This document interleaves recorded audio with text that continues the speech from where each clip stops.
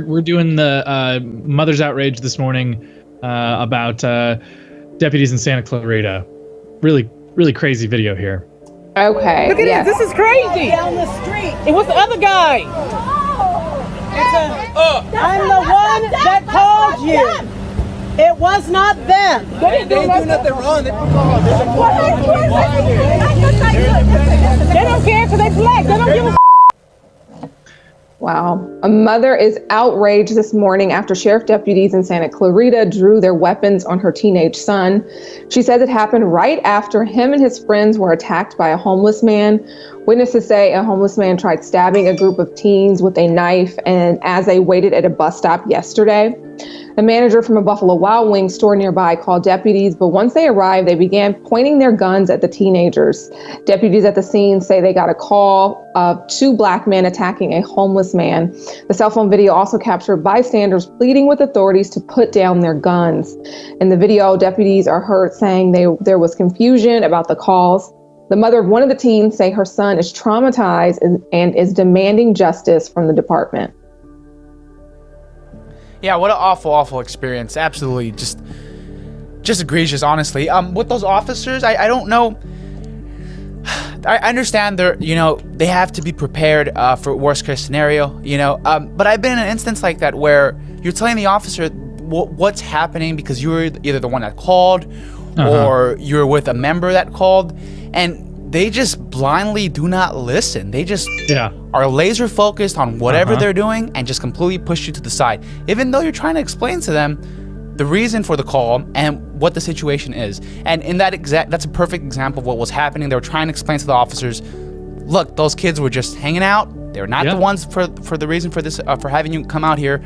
Please calm down. And the dude was just completely ignoring them entirely. I don't understand. I don't understand during a lot of the civil unrest, I believe in the month of June, maybe, or in late May, early June, a different TV station was carrying this live, though, where some shop owners who were black called the police on people who were trying to loot or destroy their shop, and the LAPD got there and then tried to detain the people who called the cops who owned the restaurant, and it was all on TV, or on the shop. It was all on TV, and there was this argument that broke out, this pandemonium and the chaos of all of it, of what are you doing? Stop doing this.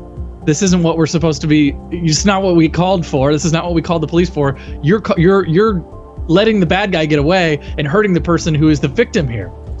And the only thing that I can come up with in my mind for why this can happen, I think it's two things. One is that maybe there's always insanity in these kind of situations of crisis, and I don't know what kind of policy there is that they seem to think that they need to follow that says if I get there and somebody's coming up to me and yelling at me and saying that I'm not here for this reason or shouldn't be here for this reason, that I'm not going to pay attention. I'm just going to listen to whatever the originated call was or what came from dispatch.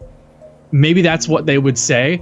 But the scary thing about this, and we've seen this over and over again with all of these videos, where, there's what I think we could consider would be a lot of force, whether it's excessive, we're not going to get into debate about, where you just think as a human being, if you're that officer, do you have to follow everybody else's direction? Can you not be a human being and look around and take in what's happening and understand that maybe you don't exactly know what is transpiring? I don't know.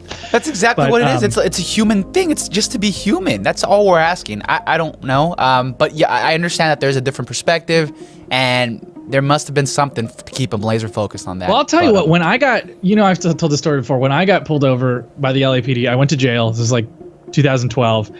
And I was basically wrongfully imprisoned after being accused of driving under the influence. I was sober, came back, did breathalyzer, it was 0. They'd end up charging me with driving under the influence of drugs.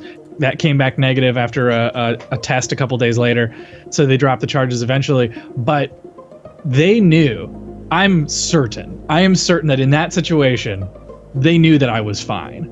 And it just didn't matter to them because they'd already pulled me over, and there was no way to prove that I wasn't intoxicated because it takes a couple days to get the test back, at least it did at the time.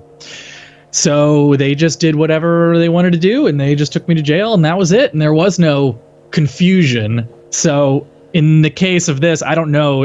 I think every case obviously is different. I hope that these are becoming increasingly rare, but it is tough. It does break your heart to still continue to see these kinds of things, and I think the family should get some answers.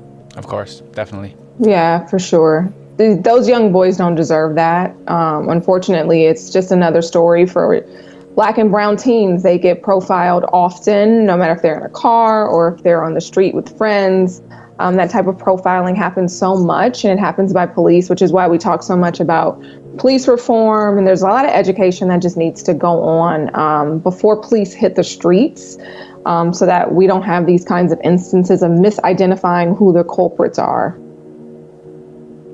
Well said, Jazz.